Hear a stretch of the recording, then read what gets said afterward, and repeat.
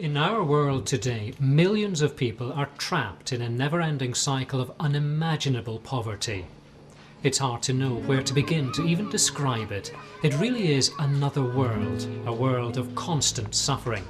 But for some, it's even worse. In places where the strongest and healthiest struggle just to survive, children with disabilities are innocent casualties. They live in the shadows. They're isolated, excluded, and forgotten. They're the children left behind. I want to share a story about one of these children with you. It's about a little boy called Fred who lives in Uganda.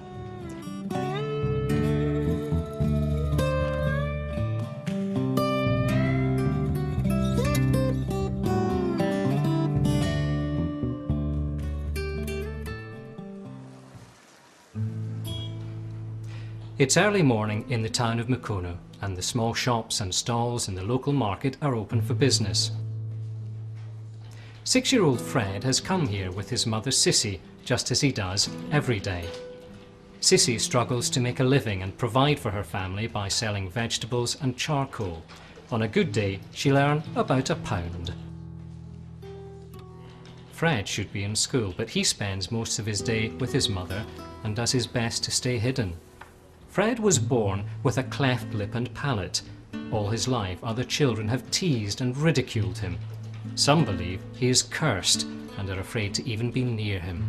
Sometimes people throw stones at him. Fred has learned to stay out of sight, to hide in the shadows. It's just easier that way.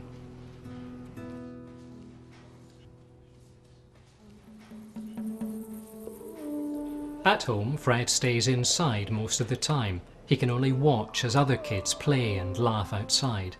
His whole world consists of his family's one-room house and his mother's vegetable stand. It's actually a miracle Fred has lived at all. Children born with cleft palates often can't feed or swallow food properly, and here in Uganda and many parts of the developing world, without surgery, most die within the first year. But Sissy was determined. She didn't give up on Fred. Slowly and patiently she fed him a mixture of milk and mashed bananas. A few of the neighbours who had become used to Fred and accepted him gave him a nickname that translates as the Survivor. Fred's biggest dream is to go to school, but without surgery to repair his lip and palate, it isn't likely he'll ever go. He can't form words properly, making his speech slurred and difficult to understand. And with the appearance of his face, he'd have to endure constant ridicule. Some societies in Uganda do think that people with cleft lip and palate are cursed, got a curse from God. For instance, in northern Uganda, they are called ojok, meaning they should not be in society. They are bad. So those kind of names are associated with bad things, bad spirits, bad omen. Poverty is trapping Fred in a life of exclusion and loneliness. There's no escape for him. His father Yusuf earns what he can as a construction labourer, but there hasn't been much work for years now. All the money he and Sissy managed to scrape together has to go on food and rent. They know that surgery could repair Fred's face and change his life, but they can't even afford transportation to a hospital, let alone any medical bills. Yagadde ayambibwe bamulongoose emirimu egyo adde engulu bulungi n'okuyambibwa okuba ng'asoma. Unless something changes, Fred will live out his life in the shadows. He'll be separate, different and non-included. He'll never go to school. The only world he'll know is what he can see from the doorway of his house.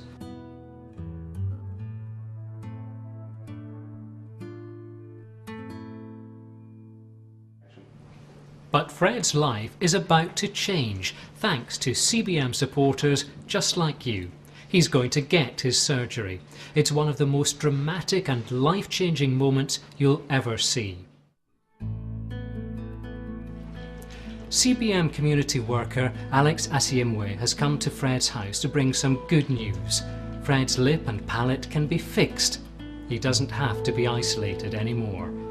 Fred has never seen anything like it before. He has never seen pictures of children that look like him. Up until now, he thought he was the only one.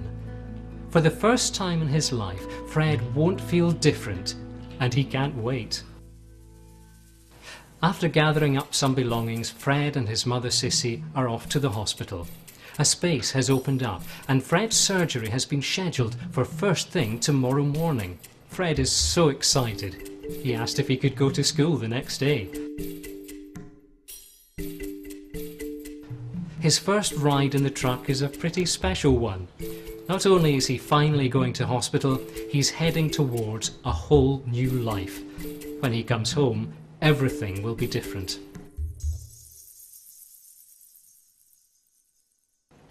After spending the night at Corsu Hospital, a new facility funded by CBM, everyone is a little nervous but very excited.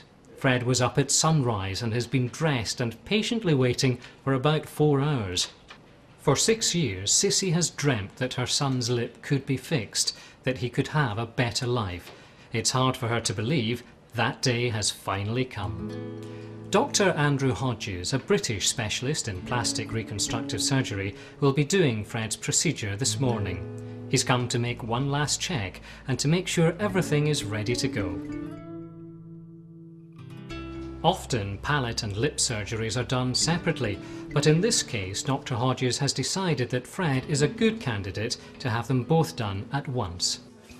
It's going to make a huge difference. It's a very frightening condition, and as well as his cleft lip, which is frightening to look at, he has a cleft palate, which means he can't speak properly. Many children here actually don't survive. They don't survive partly because they can't breastfeed, and for the rest who survive, then they will be ostracised for the rest of their life if they don't have the surgery. I think this is one of the most life-transforming operations we can do.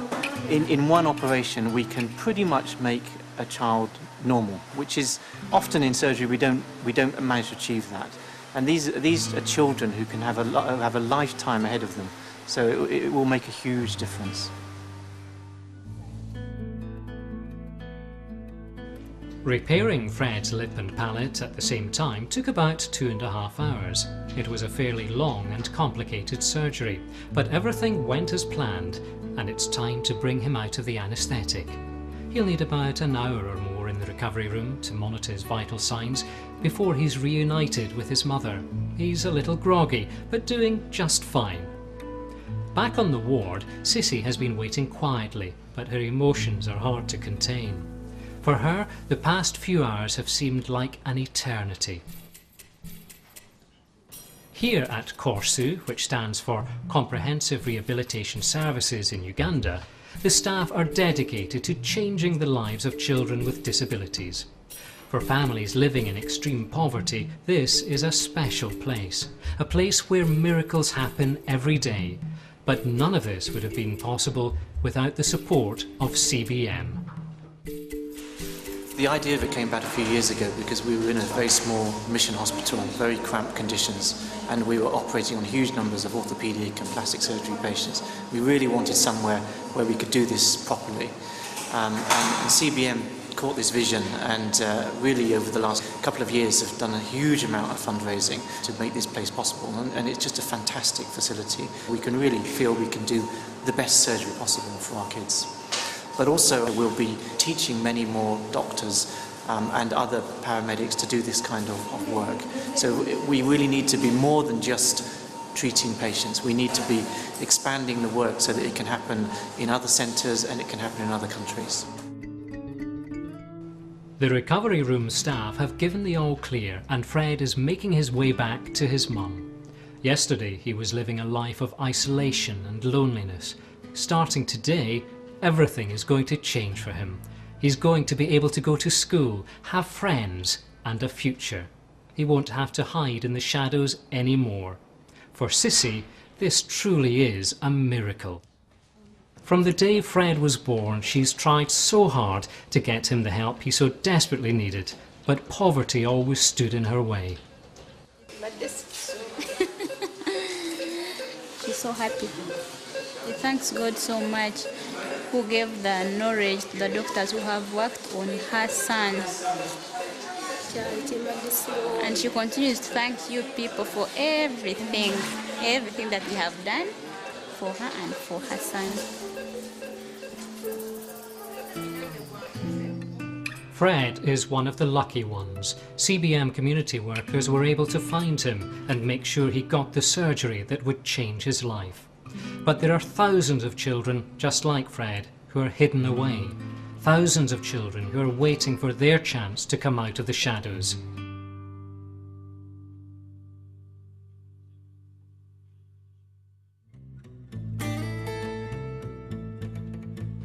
For over 100 years, CBM has worked to bring compassion and care to children trapped in poverty and living with disabilities. Today, they are a world leader dedicated to finding these forgotten children, bringing them out of the shadows and providing the urgent and ongoing care they so desperately need. By supporting CBM, you're setting in motion amazing transformations.